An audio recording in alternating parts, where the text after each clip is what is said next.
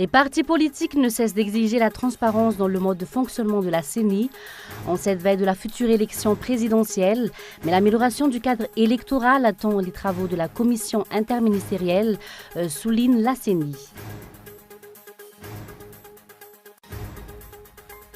Et puis la Miss Jeunesse Madagascar compte poursuivre ses œuvres sociales. Elle compte également porter haut et défendre les couleurs de Madagascar lors de la Miss Jeunesse World l'année prochaine. 8 personnes, dont des Allemands, des Autrichiens et des Suisses, sont portées disparues dans la région alpine de l'est de la Suisse après un glissement de terrain qui a provoqué mercredi une coulée de boue, a annoncé jeudi la police.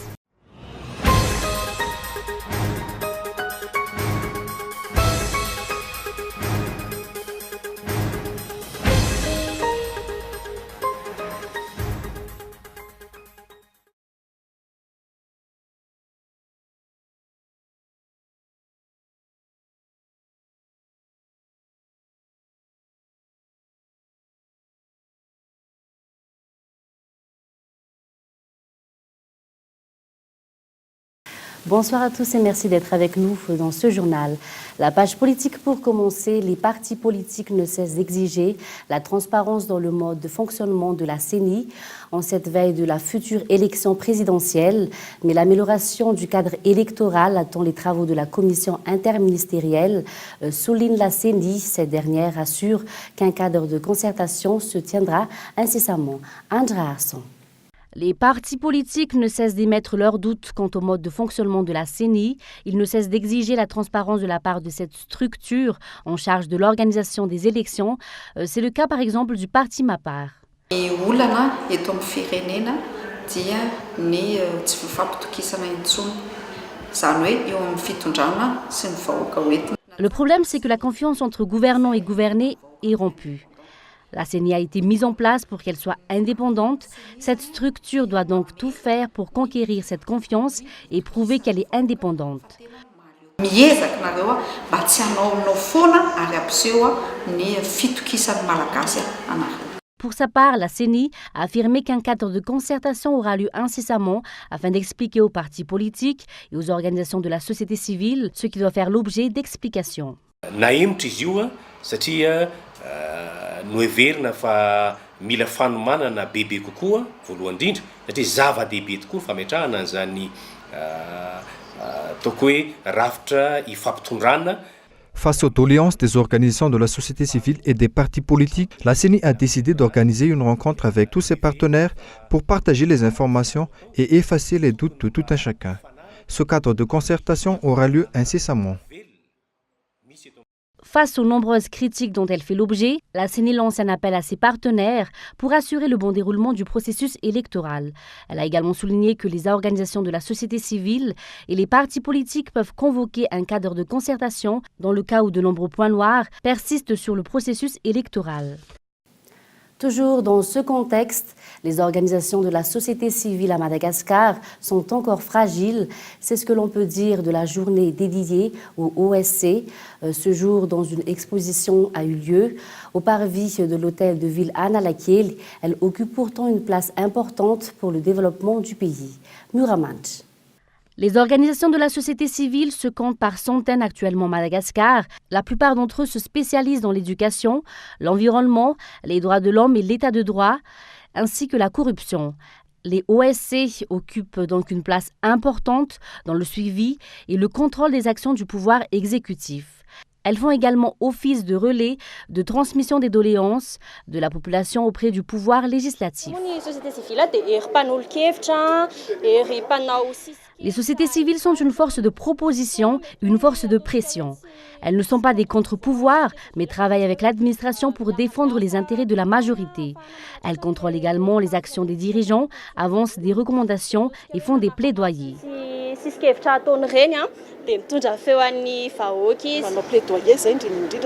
Nous faisons des plaidoyers et des lobbying en tant qu'organisation de la société civile. Nous faisons partie d'une plateforme et ce sont les représentants des plateformes qui font beaucoup plus ces travaux, mais sur la base des rapports des organisations de la société civile. Les OSC malgaches n'ont pas assez d'envergure et de poids pour accomplir leur mission. Les organisations de la société civile contrôlent l'action des dirigeants, mais elles font également de l'éducation citoyenne. Le pays ne peut pas se développer sans des organisations de la société civile fortes. Le problème chez nous, c'est que les OSC sont fragiles. Face à cette situation, les OSC ont besoin d'aide pour pouvoir atteindre les objectifs qu'elles ont fixés. Vraiment, on est ravis de continuer à les appuyer. Il faut encourager cette émergence d'une société civile avec énergie, capacité de mettre en place des projets efficaces avec un impact direct sur les conditions de vie de la population malgache. C'est un travail qu'on fait depuis longtemps avec de très bons résultats. Cette journée a été dédiée aux organisations de la société civile. Des stands ont été érigés au parvis de l'hôtel de Villa à Lakiel pour que les OSC puissent exposer leurs missions et leurs résultats. Pour l'instant, la majorité des OSC intègrent des plateformes pour affermir leur poids face au pouvoir exécutif et législatif. Également, dans l'actualité, deux morts et un amputé de la jambe. C'est le résultat d'un grave accident de voiture qui a eu lieu très tôt ce matin sur la route d'Ig. Le candidat malheureux de l'élection du président du Fisavato, Ndiama Larive Berkeley, y a laissé la vie. Michael Ramarla. Ceux qui ont emprunté la route d'Ig vers la sortie de la route de la Rocade, près du tournant d'un Boutchmanzak, ont eu une vision effroyable d'un accident de voiture. Le devant de la voiture a quasi disparu. Un excès de vitesse et un problème au niveau des freins seraient la cause de ce tragique accident, d'après les témoins de l'accident qui a eu lieu vers 1h du matin. Cette voiture a été victime d'un accident. Le chauffeur était mort sur le coup. L'autre était inconscient. Il semblerait qu'il soit mort à l'hôpital. Cette voiture n'a pas heurté une autre voiture. Elle roulait à vive allure en sortant de la rocade. C'est ce qui a causé l'accident, mais il n'y a pas eu de collision. Le résultat de l'accident était sans appel. 2 morts et un amputé de la jambe. Mais les membres de la famille d'une des victimes contredisent la version des témoins. Il s'agissait d'un accident pour excès de vitesse à notre connaissance. On a constaté des traces de freinage à 1 mètre du mur. Mais une fois arrivé à l'hôpital Manarapint, il n'y a pas de docteur pour soigner alors qu'il agonisait. Il a quand même pu demander de l'aide à ceux qui étaient présents, mais personne ne l'a soigné. C'est la 3e fois qu'un accident de ce genre se déroule sur ce lieu. D'après les habitants aux environs, un casseur de vitesse devrait être installé afin de réduire la vitesse des voitures à la sortie de la rocade. Normalement, il doit y avoir un casseur de vitesse là-bas. Mais puisqu'il n'y en a pas, lorsque les voitures sont en pleine vitesse, ils heurtent ce mur de soutènement. C'est la 3e fois que ce genre d'accident se produit. Le ministre de l'Industrie a présenté les condoléances du gouvernement aux membres de la famille des victimes à la JRA. Et puis les employés de la ANRE effectuent une grève illimitée. C'est la raison, les salaires impayés pendant 11 mois. Gaëtan Andjaslav. Du jamais vu dans les annales de l'ANRE, Agence nationale de la réalisation de l'e-gouvernance, des employés de cette agence sont entrés en grève, et ce pour une durée indéterminée. La raison, ils n'ont pas perçu leur salaire pendant 11 mois. Plus de 10 de salaires impayés, c'est la corde sensible de tout travailleur qui a été touché. D'autant plus qu'en cette période de marasme économique, où le coût de la vie ne cesse d'augmenter de façon arithmétique, rien ne se fait sans argent.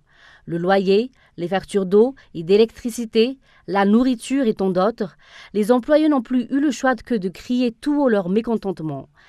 Par ailleurs, une des raisons de cette grève générale et illimitée est que les membres du conseil d'administration de cette agence ne sont pas réunis depuis près de 20 mois. Rien ne va donc plus au niveau de cette structure, pourtant rattachée à la présidence de la République.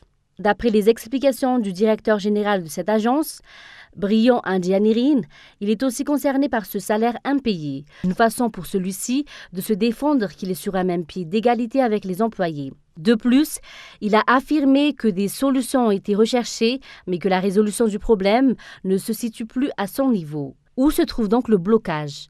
Au niveau de la présidence de la République ou bien au niveau du ministère des Finances et du Budget ?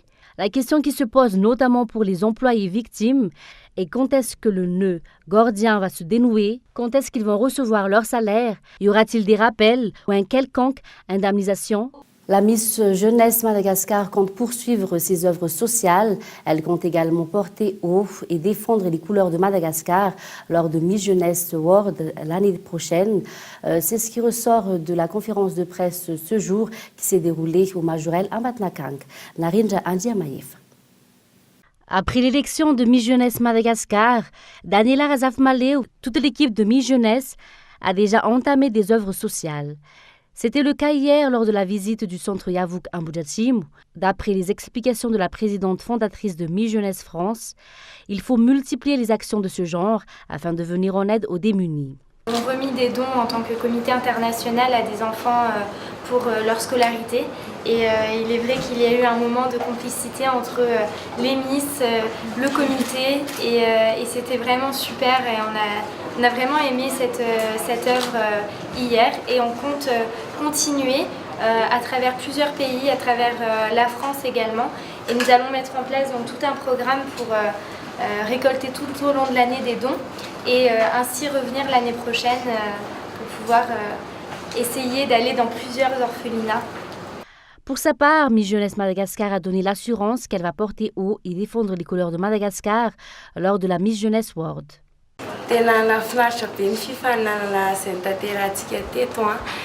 Le concours était fascinant.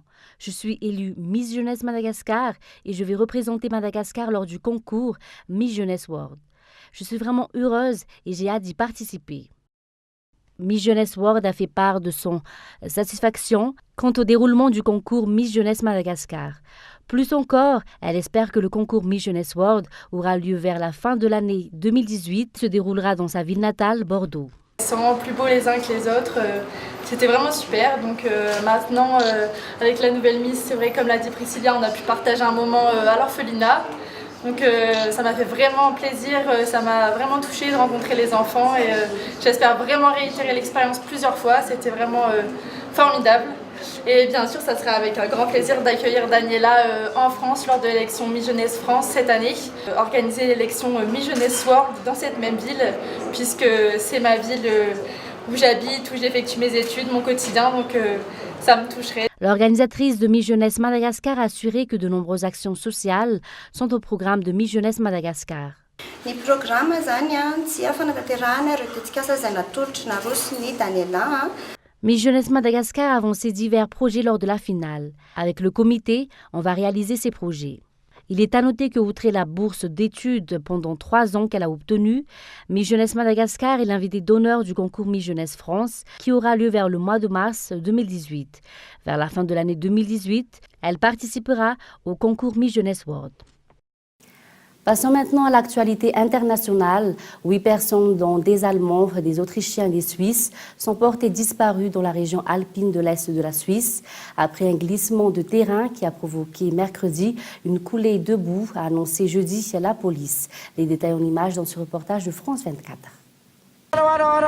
Dans un bruit sourd, un pan entier de la montagne se détache.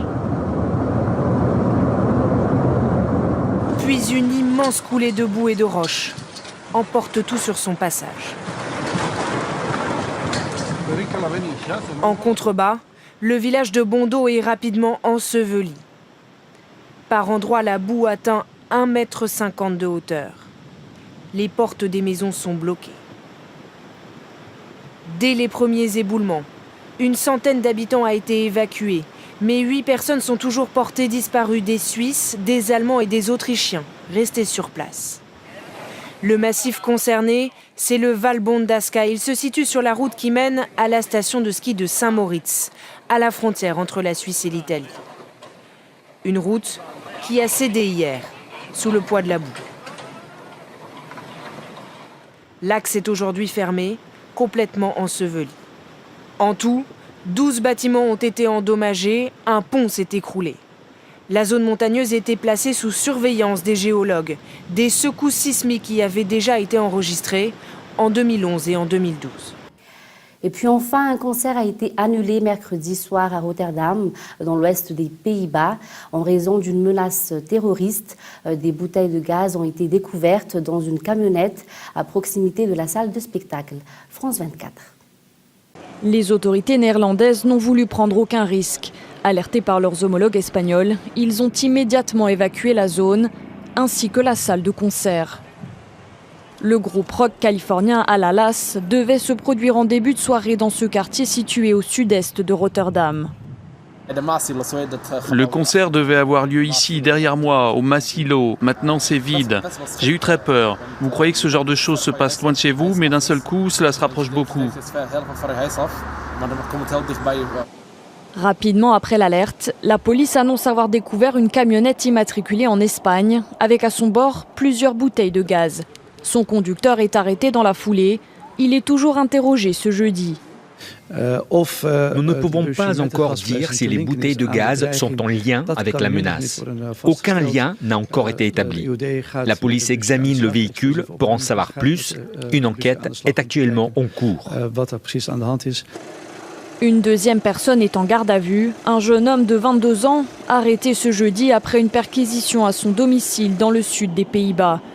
Selon la police, la camionnette n'aurait aucun lien avec la cellule terroriste des attentats qui ont frappé la région de Barcelone la semaine dernière.